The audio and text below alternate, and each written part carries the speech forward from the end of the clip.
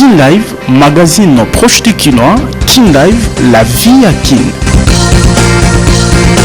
Matonda Olanda, magazine Kin Live Pepe Sabino, Bansango, Yamikolo Nyonso. Examen d'état édition 2018, résultat et Kobima Nanzela papier, Mukano ya gouvernement Chibala Nanzela ya premier ministre. Wapi Bapesi Mukumba wana na agence congolaise de presse ACP. $500,000 ezali motango ya misolo ya dommage et intérêt bavocat ya honorable Frank Diongo bazali kosenga pambate kilia na bango asali une année et 6 mois na boloko soki requête ya révision ya procès et ndimami na ministère public esengeli baeba na ko dédommager pour na maître Nico Malenga lokola 7 combattants batika bango ezali ko blanchir ka honorable Frank Diongo simako contre les villes province ya Kinshasa et le Congo démocratique pe mokilitoa kalibosola bino pona kotalisa nyonso tokuta nango ignorance à la terre moko na moko ayeba évolution masolo nde tolobaka Kin Live magazine proche des Kinois. Kin Live, magazine proche du Kinois. Kin Live, la vie à Kin. Kinshasa mbote na bino papa mama bana kina propre mbote pe matondo na confiance ozali kotalisa mikolo nyonso édition ya Kin Live ya lelo ekofungwama na bilili oyo. Misala ya l'État esengeli esalema pe na l'État maloba ya directeur général ya agence congolaise de presse sima bokuta inaye na premier ministre Bruno Tshibala wapi bayokani na tina ete examen d'état édition 2018 résultat ebima nanzela ya papier ndenge ezalaka na kala bakonza l'État ya ekolo Congo nanzela ya premier ministre Bruno Tshibala bayebi lisusu na kozongisa confiance na agence congolaise de presse ACP na mukuse na o etali publication ya résultat ya examen d'état ezali nanzela ya bokutani ya premier ministre Bruno Tshibala na directeur général ya ACP Lambert Kaboy oyo na maloba na ye ayebi na kotalisa ete mazali ya l'État esengeli l'État ye moko ayeba kopublie yango ayebaki na koloba ete bazali na makoki ya kosala yango ezali ACP oyo ezali agence moko ya l'État akobaki na koloba ete ACP ekoki kotia masoko moke te pene mpona intérêt ya basociété privée na suka ya manso premier ministre Bruno Tshibala ayebi na kotalisa ete asepeli na bokutani oyo kutu akani kobongisa agenda na ye mpona kozonga lisusu kovisite bainstallation ya ACP pe alaki kopesa makoki mpona koyeba koimprime baresultat na papier fait dire publication ezonga na système ya journal ndenge ezalaki na kala tolobi si bokoyoka. Kin Live, magazine proche du Kinois. Kin Live, la vie à Kin. Na procès ya lundi 2 juillet 2018 na cour ya cassation ba avocat ya honorable Frank Diongo bazali kobeta sete pe kosenga libération ya kilia na bango pe dommage ya $500,000 américains. Maître Nico Malanga avocat ya honorable Frank Diongo atalisi ete soki requête bakotisi po na kobandela procès to révisitation ya procès endimami na ministère public esengeli baeba na kodédommager Frank Diongo pambate 7 combattants oyo bakangamaka na même likambu basi bazwa liberté. Contradiction ezali na mokano epesaki etumbu ya mbula mitano ya boloko honorable Frank Diongo pe 15 garde corps na ye oyo sambo batikaki kasi mwambe bazwaki etumbu ya 7 mois ya boloko. Droit positif etalisi polele ete soki bokeseni ezali na mokano esengeli kobandela to ko revisiter procès elobi maître Nico Malenga avocat ya honorable Frank Diongo akobaki na kotalisa ete makambo ya sika ebakami na cour ya cassation ndakisa réquisitoire ya munganga oyo premier juge azwaki en compte te pona maître Nico Malenga kotala makambo ya sika oyo esengeli cour ya cassation abandela procès oyo epesi etumbu na Frank Diongo to batika elibela na suka ya procès ya lundi 2 juillet 2018 ministère public atalisaki ete akopesa emoniseli na ye le 18 juillet zali koya. C'est un motif de révision, il y a contradiction de décision. Vous avez 7 personnes qui ont été acquittées pour n'avoir rien fait. ça innocente Franck Diongo qui a été condamné pour avoir donné l'ordre à 15 personnes. Dès lors que 15 sur 15, il y a eu 7 acquittés, ça innocente Franck Diongo, c'est le motif de la révision. Vous avez également les faits nouveaux. Il y a des faits qui n'ont pas été tenus compte par la Cour suprême de justice. Notamment, la Cour avait estimé qu'il y avait torture. On a brandi la réquisition au médecin qui avait démontré noir sur blanc que les 3 gardes républicaines, prétendument victimes de torture, ne l'ont jamais été. Ils n'ont jamais été torturés. Il y a eu un rapport médical. C'est un motif pour innocenter Franck Diongo, ordonner l'acquittement de Franck Diongo. Nous mettons les juges devant leurs responsabilités. Soit ils disent les droits et ils seront reconnus par les tribunaux de l'histoire, par la conscience de l'humanité. Mais s'ils ne disent pas les droits, ils seront jetés dans la poubelle de l'histoire. C'est l'essence du procès d'aujourd'hui. Franck Diongo va être acquitté. Si les juges de la Cour de cassation estiment que la requête en révision est recevable et fondée, Franck Diongo a droit à des dommages et intérêts pour avoir été injustement condamné et par voie de conséquences, son casier judiciaire redeviendra vierge. C'est ainsi que nous avons postulé à des dommages et intérêts à titre symbolique, 500 000 $, c'est rien, pour quelqu'un qui a perdu une année déjà 6 mois. Demande des alités. Pambate, mwana mboka azali innocent. Mwana mboka Franck Diongo azali innocent. Na nyonso ezali koleka. Yango tozali kosenga na mokolo malelo justice eba kosala musala na yango ya malamu. Soki tozali ya solo justice oyo ezali ya kotelema. Soki tozali ya solo bana mboka bayo balingi Congo etambola ekende liboso. Lelo bayeba ko rendre justice ya solo mwana mboka honorable Franck Diongo bazali ko réclamer azala libanda. Esengeli boba était honorable Franck Diongo akangamaki pe azwaki etumbu ya 5 ans de prison sima ya kokanga kobomba pe kobeta ba garde républicaine na résidence na ye Tolobi Tiboko Yoka.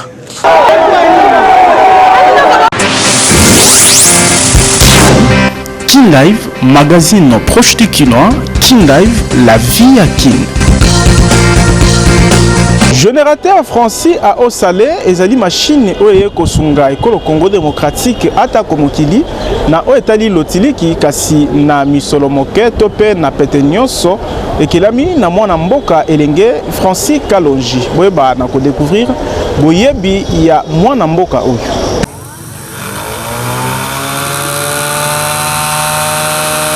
Ezali possible mwana RDC nyonso azala na lotiliki ata kwa vandi na ferme to na mboka musika ezala na kati ya zamba na nzela ya GFS générateur Francis à Osalé machine oyo ezali kopesa lotiliki kasi na lisungi ya maya mungwa mokeli nango elenge mobali bozali komona Francis Kalonji moto ya bwana pe mayele na kotala pasi ya lotiliki ezali na ekolo Congo démocratique nde akeli GFS o ezali kosenga ba effort mingi te pona kozwa lotiliki. GFS eza générateur Francis à Osalé. Donc tant vous avez déjà générateur déjà na sala générateur monsieur na présenter bino générateur Francis à air comprimé. Et nous avons présenté bino GFS générateur Francis à Osalé. Expérience nanga o na sali na carte générateur eza que ils ont produit électricité à partir ya maya mungwa. Donc mai na mélanger na mungwa na mélanger yango et puis na tia na kati eza na réservoir nango kuna na kati et puis eza na ba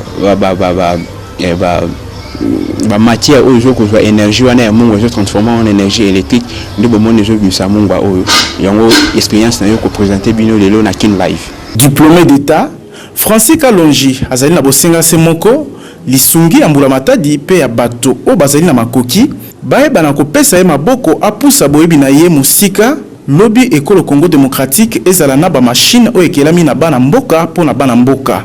Alors message na ngi kaka na na état congolais ba opérateur économique ba ONG bato bazaka na posta ko soutenir ba jeunes o bazana ba initiative. Donc souci na ngi kaka il faut qu'on senga si beaucoup qui accorder même une bourse d'études enfin et permettre ngana approfondir connaissance oyo maele o nzamba pesanga na approfondir yango pour lobi mayela ngo et aider mboka na biso. Francis Kalonji akeli ba machine ebele ebongi bakonzi pe baebanso bazali na makoki baebana kosunga elenge mobali ya mayele pe abwania pambate lotiliki ezali eloko ya motuya pona bomo ya batu soki na ekolo Congo démocratique tolongi lotiliki ekozala malamu mingi tolobi Thibaut Koyoka.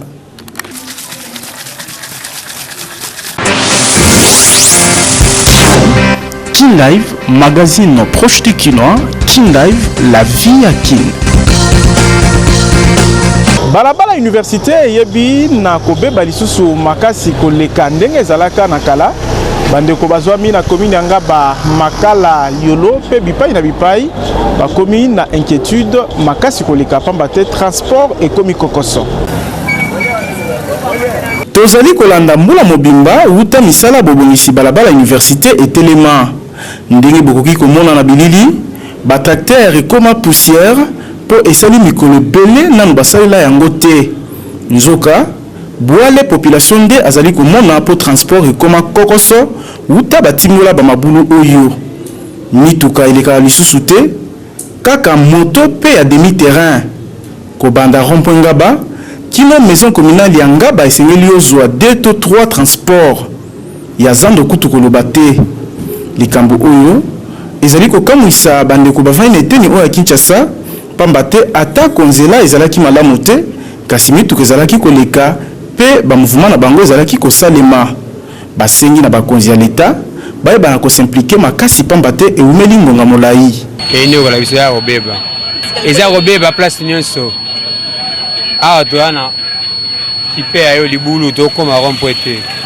na se mbandaka libulu petit pont libulu poko meso tokoka te biloko ezokufa tokemba fort nazo souffrir makasi vraiment en tout cas l'état tala nan makambo tala toyeba demi terrain 8 rond-point awa to makolo awa nde tozozo transport to futa l'état penda tele biso likambo mabe makasi nzela mabe makasi en tout cas to beleli l'état atala likambo nzela na éviter l'état soki azo kansanine parce que ça fait déjà presque toute une année l'engé koka.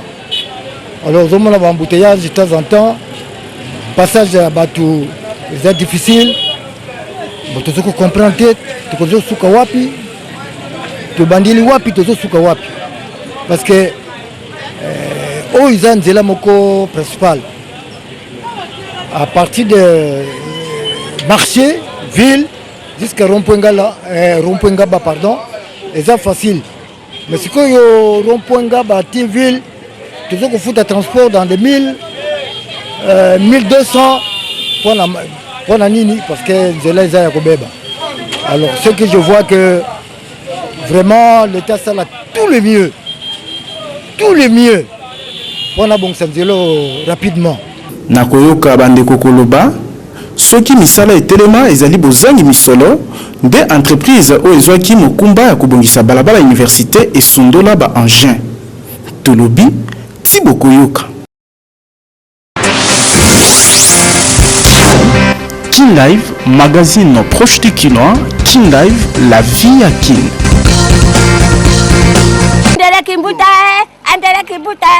Papa, fou le combien batomboli mongongo pona kosenga lisungi ya bakonza leta bandeko bazomi na quartier Lubutu na commune ya Bandalungwa pe ya Kanuka na commune ya Kitambo kolansama lolenge mai ya makelele etundisami na bosoto mwaye mai eleka na malamu ezalite po kalamu ekomi na yango esika kobwaka bosoto ya ndenge na ndenge talatina bandeko basengi lisungi ya bakonza leta pamba te neleko ya mvula mai ezongela bango na mapango oyo ezalaka danger mingi pona bango mbule kobeta toko jina na maya to bana kobenga andele kimbuta papa fule komia wa makelele mona la shute biso bampango komi na se fule komi likolo eza malamu na 2017 to soufa to dinaka makelele kako bato asila biloko ekena kako na vitima sengulu na bakena kama makelele to gana banda kitwa babuko bayebisi makelele kala makaba ka bukunasa Kitambo apezi vale ba kuvoka matiti yao kwa Kitambo ayi ya banda kama mimi soko wala mazaso pisto kufa lisusu baloba omoni ndoki belela noki mongongo ekufa talatina bande ko bazo minzinga nzinga ya mai ya makelele bali komona bakonza leta kotelema mpona likambo oyo pamba te na eleko ya mvula babika na kimia tolobi si bokoyoka. Kin Live, magazine proche du Kinois. Kin Live, la vie à Kin. Liboso ya bapanzi sango na siège ya Lina Foot, entraîneur ya Daring Club Motema Pembe Otis Ngoma pe avec club babi na kotalisa ba ambition na bango kolandisa ma match o ekobetama mercredi 4 juillet 2018 na compte ya 17e journée ya phase retour ya playoff Vodacom Ligue 1. Avec Club Don Bosco, dans le club Motema Pembe, Sanga Balende, Ezali affiche ya mkola lobby mercredi 4 juillet na stade du Martyr. Na cas de phase retour, il y a playoff ya championnat national. Sima Don Bosco, Kolonga Vita Club ya Kinshasa na Bumbashi. Pour na mat retour, banave basi kotato la été. Don Bosco akoko ya mkola lobby. Monsieur Tozana et l'homme, monsieur Tozana la Nicolote. Vita, Nicolote Tozana besoka ya 3 points, lokola. Et c'est fait ça, mais 3 points, Lina Foot, et ça, Bisso. Lobby Tozoka, les 3 points, 2-0.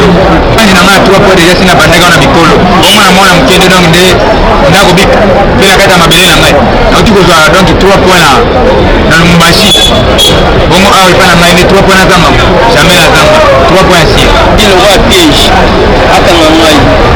Mais on est obligé de. On fait qu'il y a une bête de Micolo New York. L'équipe n'a pas compétence.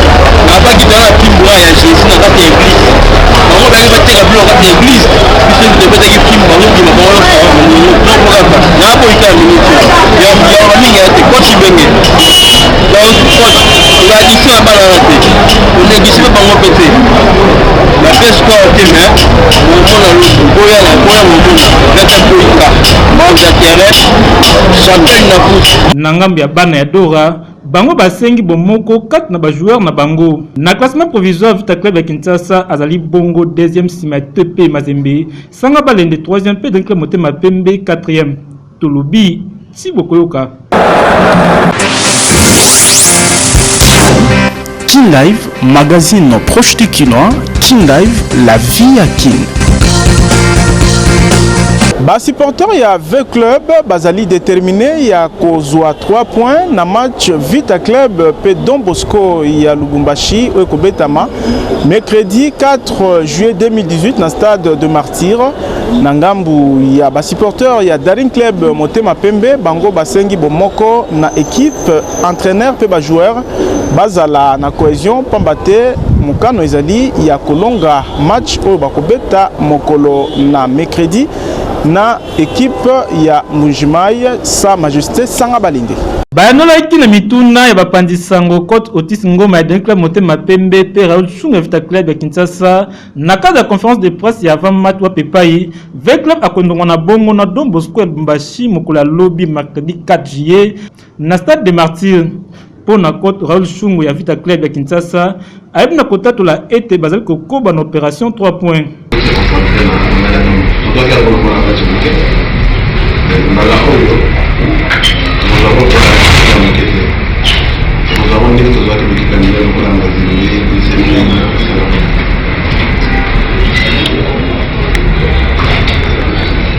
Nangamba Daring Club Motema Pembe o akoyamba bongo na tour na ye Sanga Balende ya Mbushimai pona Otis Ngoma ayeb na kobenga bana ya Dora baya ebele mokolo ya lobi kotindika équipe na bango na victoire.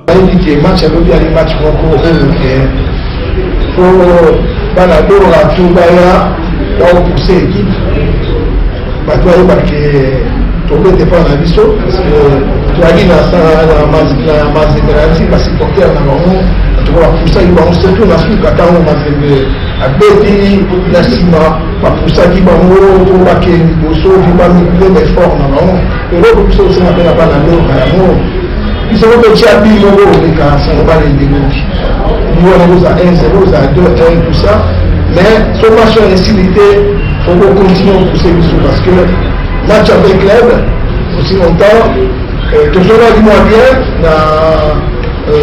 comment dans 2-1 tout ça il moins bien premier mi-temps deuxième mi-temps quand toujours il va club de l'année il va jouer le milieu à pas mal de bêta toujours le troisième but Donc exemple parce que au final après le match avec la Belgique, au moins j'ai miracle à Belgique les meilleurs mois en aligné 2-0, égaliser partout, une attente additionnelle. Donc ceux qui les supporters à Belgique, les supporters joueurs donc le moral surtout, je peux souffrir sur la ligne là, et puis je peux un peu moins à l'aise pour un petit peu pour finir la mission. Donc tout ça va. Famille Mogolobi, tout ça, Mogolobi et puis équipe nationale, ils ont 3 points contre ça va pas les quelque chose à manière. Et c'est que bah était côté à Sangaba l'NDP à Don Bosco, bango ba ibaki na komono na te na conférence de presse oyo. Tolobi Thibaut Koyoka.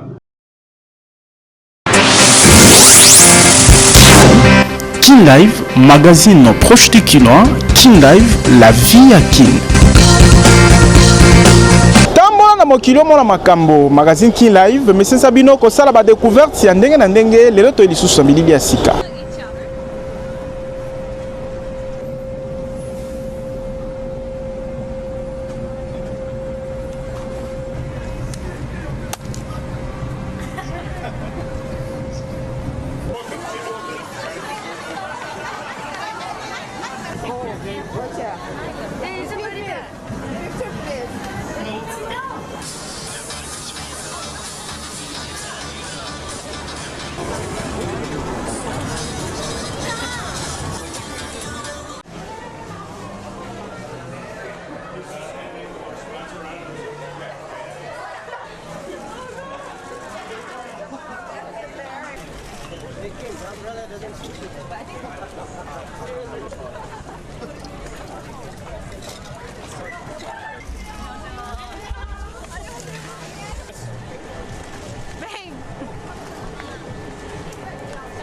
Just like Pyongyang, none of the freedoms, but a lot of money and a lot of good food.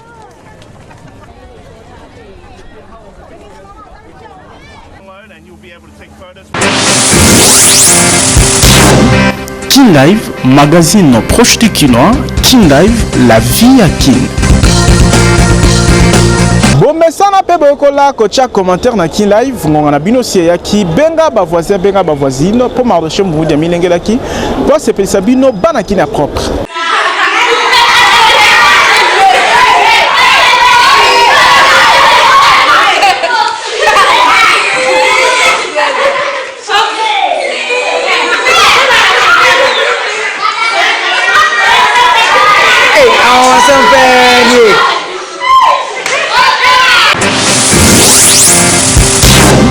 King Live, magazine proche du Kinois. King Live, la vie à King. Magazine King Live édition lelo komi na suka tuzaki na sengo ko présenter bino yango na combo équipe technique pe rédactionnel totondi bino botondi pe tokutani bongo lobby na masolo sika. King Live, magazine proche du Kinois. King Live, la vie à King.